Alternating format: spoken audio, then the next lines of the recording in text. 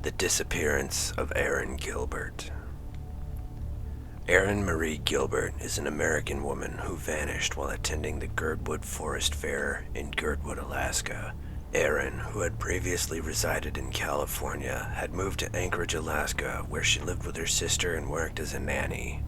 At the time she disappeared, Erin was on a first date with a man, David Combs.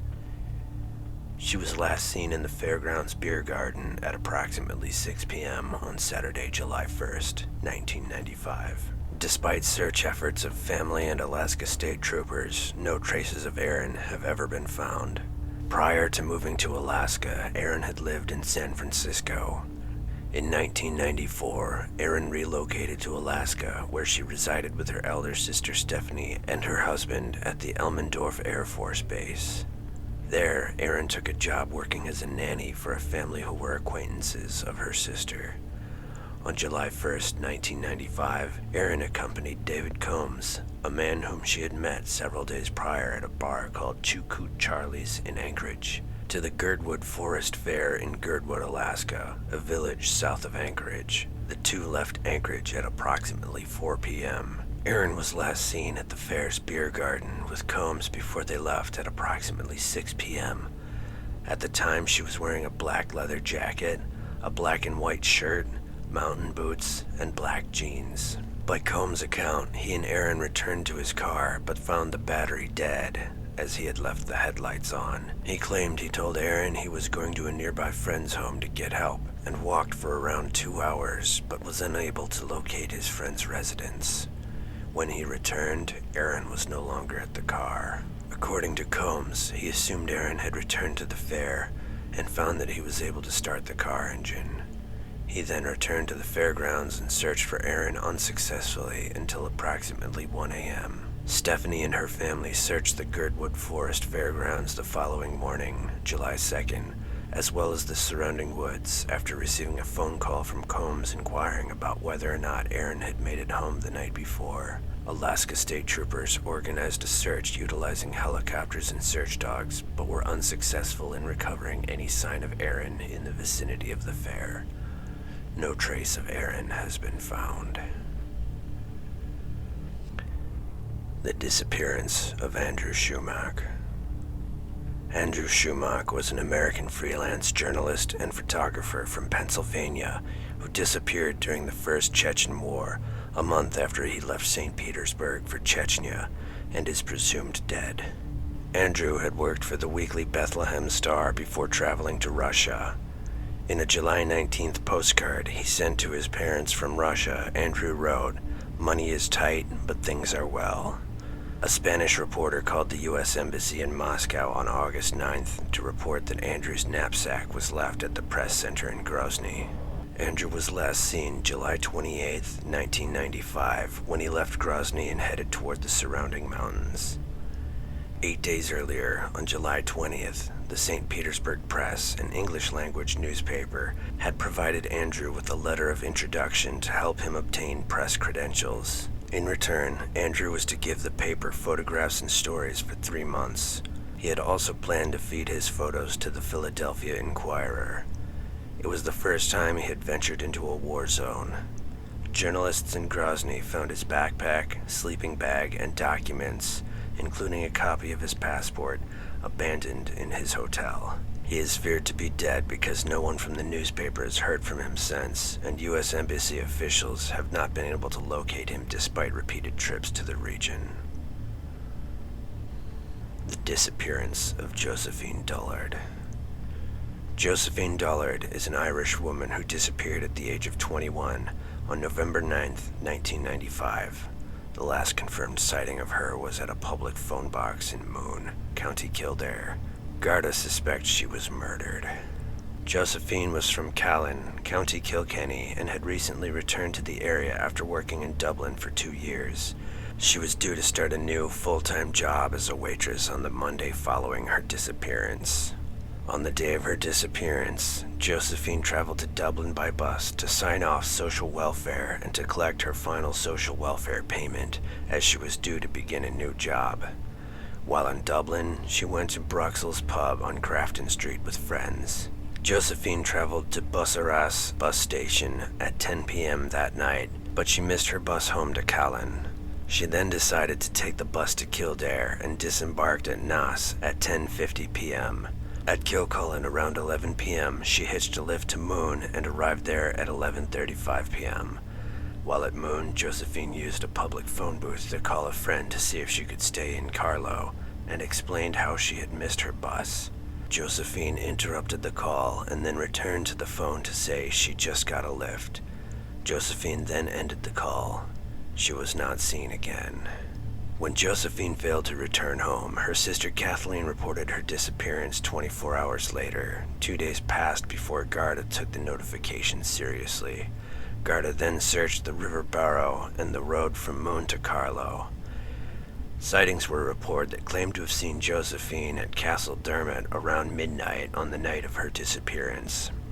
In 1997, a witness came forward to say that on the night of the disappearance, he witnessed two men with English accents bundle a woman matching Josephine's description into a red car with English license plates at Kilmacow.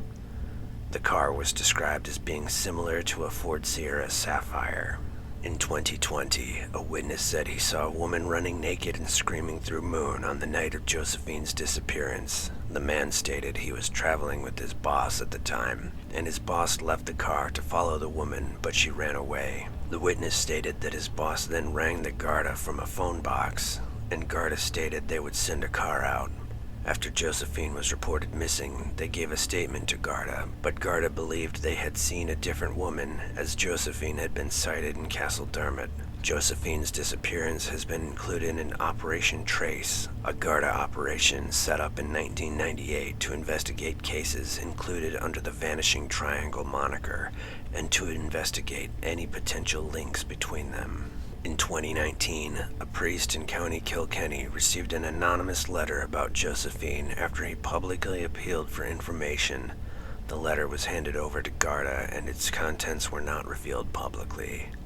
The investigation into her disappearance was upgraded to a murder investigation in 2020 following a reinvestigation by the Garda Serious Crime Review Team. In 2021, a search was conducted in Woodland in County Kildare in relation to the disappearance of Josephine Dullard and Deirdre Jacob. Unusual activity in the area on the night of Deirdre Jacob's disappearance led to the search, with the Garda also noting that Josephine was last sighted a 10-minute drive away from the search area. No evidence was found in the search. Josephine's disappearance has been included and discussed in relation with a series of disappearances in Ireland, known as Ireland's Vanishing Triangle. This term has been used to describe a series of disappearances of young women in the east of Ireland during the late 1980s and 1990s. A memorial for Josephine was installed in Moon at the site of the phone box where she was last seen. The disappearance of Ruth Wilson. Ruth Wilson is a British missing person. She is from Betchworth near Dorking in Surrey, England, and disappeared in Box Hill on November 27, 1995. Her whereabouts are unknown. Ruth is the eldest daughter of Ian and Nesta Wilson. After Nesta's death by suicide, Ruth's father married Karen Bowerman. Ian and Karen were teachers. He was a head of science at a secondary school, while she was the deputy head of a primary school. Ian also served as a local parish councillor. The family lived in a cottage in Betchworth, Surrey, at the time of Ruth's disappearance. Ruth's friend, Catherine Mayer, was due to move to Sheffield, South Yorkshire, and Ruth asked if she could come with her once she was settled. Ruth went missing a few weeks after Mayer moved. Mayer's mother recalled that Ruth had slept over not long before she disappeared and had been adamant that she did not want to go back home. Ruth did not explain why. Mayer has stated that Ruth had talked about running away but not suicide. Ian and Karen have disputed claims that her home life was unhappy. Friends and family have also said that Ruth was not suicidal. 2 days before her disappearance, Ruth worked her usual job in a music shop in Dorking. then went for a meal with her ex-boyfriend, Will Kennedy, with whom she still maintained a good relationship, and another friend, Neil Phillipson. Kennedy and Phillipson both stated that Ruth paid for the meal. On the day before she disappeared, Ruth went for handbell practice at the local church, then went to a youth group in Dorking, then back to Kennedy's for supper. His mother gave her some old clothing. Her family remembered her being relaxed. Ruth's father and stepmother left early for work on the day of her disappearance, leaving Ruth and Jenny to catch the school bus. Ruth's father had an Ofsted inspection at the school where he worked as the head of the science department and was in a hurry to leave. He recalled that he last saw Ruth listening to her Walkman as he left the home and that he had been in a stressful mood. His last words to Ruth were, "Out of my way, I'm in a hurry," as he pushed past her. At the last moment, Ruth told Jenny that she was not going with her on the bus. Jenny was not surprised, as Ruth did not always go to school for the full day. Shortly after Jenny left for school, Kennedy appeared with his car and offered Ruth a lift. She declined, saying that she would meet up later. She did not attend school at all that day, something her family and peers considered uncharacteristic.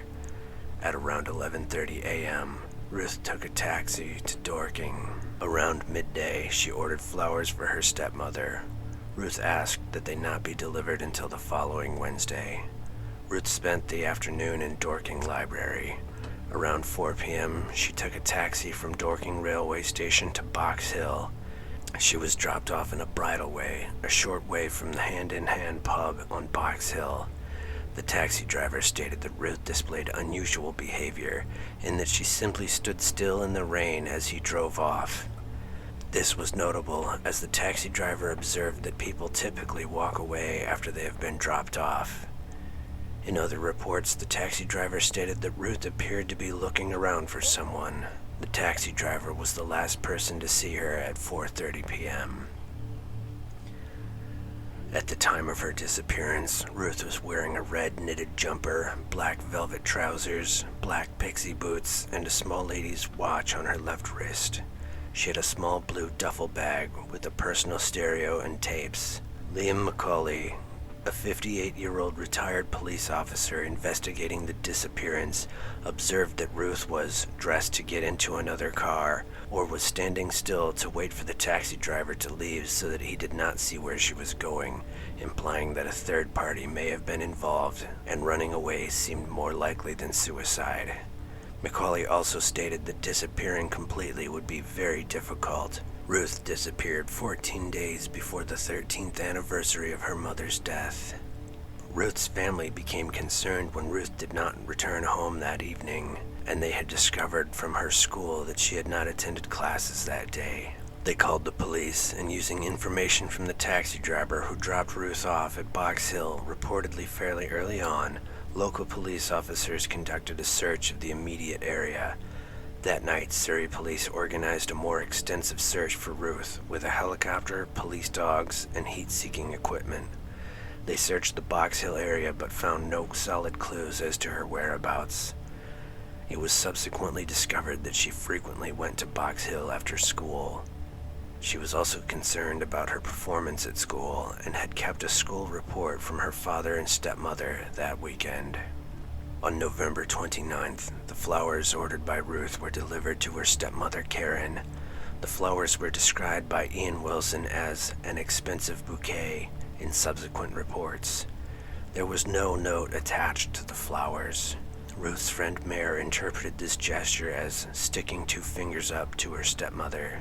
On December 1st, as reported in the Times newspaper, police found 3 notes hidden under a bush in the undergrowth at the top edge of Betchworth Quarry on Box Hill. The notes amounted to farewells to her father and stepmother, her best friend, and a teenage boy she knew.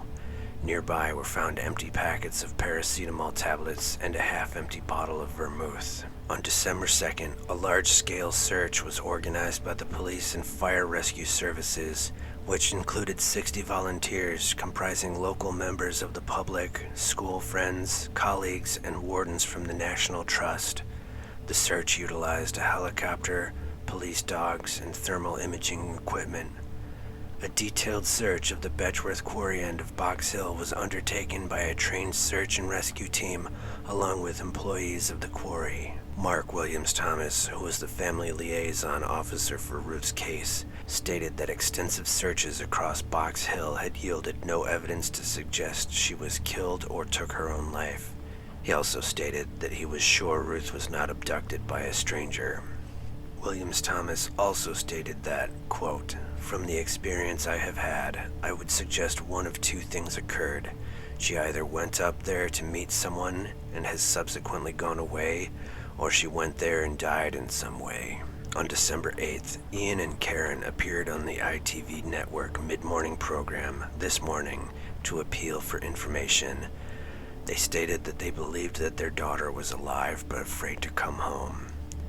The unsolved missing persons case is reviewed on a regular basis and is being led by DCI Alex Geldart. Surrey police have stated that the investigation would be reopened if any new evidence or lines of inquiry came to light. The disappearance of Susan Walsh. Susan Walsh was an American writer and freelance journalist who disappeared outside her home in Nutley, New Jersey on July 16, 1996. Her disappearance was widely publicized into the late 1990s, especially after newspapers and media outlets published articles implying that it was potentially linked to the Russian mafia or New York's underground vampire community, both subjects that she had investigated while writing for the Village Voice. Susan's case has been profiled on multiple television programs, including Unsolved Mysteries in 1999 and Disappeared in 2012. She was the subject of a 1998 book titled Piercing the Darkness: Undercover with Vampires in America Today by Catherine Ramsland. Susan was born Susan Young on February 18, 1960. She aspired to be a poet from a young age. Susan attended William Patterson University, where she studied English and writing. While there, she was employed as a journalist for the university newspaper. Susan worked intermittently as an erotic dancer and stripper to help pay her tuition. Notwithstanding her struggles with substance abuse and alcoholism, she graduated from college with a bachelor's degree in 1998 and then worked as a writer for engineering and business publications. She was later employed as a writer for Screw magazine. In 1984, she married Mark Walsh, a brother of musician Joe Walsh. The couple had one son, David, born in 1985. On July 16, 1996, Susan left her apartment complex in Nutley, New Jersey, which she shared with her son. Her estranged husband, Mark, lived below them. Susan had left to run errands and make a telephone call at a payphone across the street, leaving her son with Mark. It was the last time Susan was seen. At the time of her disappearance, she had been enrolled in a master's program in English at New York University, which she had halfway completed, while supporting herself and her son by working as a freelance journalist and in various jobs as a stripper. At the time of her disappearance, her friends had become worried that she had relapsed into drug addiction after having maintained 11 years of sobriety. Police were able to eliminate Susan's ex-husband as a suspect in her disappearance. It was later noted that the entire page for the month of July 1996 was missing from Susan's calendar in her apartment. Although police had few clues to follow up on in their investigation, rumors circulated that Susan's disappearance might have been connected to the investigative journalism she had been doing at the time. Susan had penned an in-depth report published in the Village Voice about a strip club ring in which members of the Russian mafia were allegedly forcing young girls into the sex industry. Following this article, Susan had also explored an underground vampire community in New York City, but the newspaper did not run the story as it felt Susan's writing on the matter was not objective. Ultimately, police were unable to establish any connections between Susan's disappearance and her work on either article. Susan established a friendship with journalist James Ridgway during her time writing for The Voice, with Ridgway referring to her as his most reliable writer. At the time, Susan had also participated in a documentary produced by her friend Jill Morley titled Stripped, which detailed women working in the sex industry. Susan was recorded in a group interview for the film on July 14, 1996, 2 days before her disappearance, during which she made a reference to having a stalker. She had also hired herself out to a German documentary crew making a film about Russian immigrants becoming go-go dancers, and was also in the midst of developing a documentary on the subject with the BBC shortly before her disappearance. Susan's last work was her contributions to the book Red Light Inside the Sex Industry by Ridgway and Sylvia Plaschke. Susan served as the primary researcher for the book and also contributed photographs and personal writings within a month before her disappearance. In a 2006 article in the New York Post, it was noted that Susan had confided to a former boyfriend that another of her ex-boyfriends had been stalking her. Additionally, the article stated that her husband, Mark, had refused to allow police to perform forensic testing of their home. As of 2024, Susan Walsh is still missing. Some people disappear without a trace, as if the hand of some eldritch thing reached out from the shadows and took them. Some no doubt met a terrible end at the hands of their fellow man. Others still came by their fate by their own hand. Whatever the case, if you have any knowledge of the fate of any of the aforementioned cases, reach out to the relevant authorities so that the families of the missing might find some closure. Like and subscribe if you've enjoyed this narration. Expedition Mystery, signing off.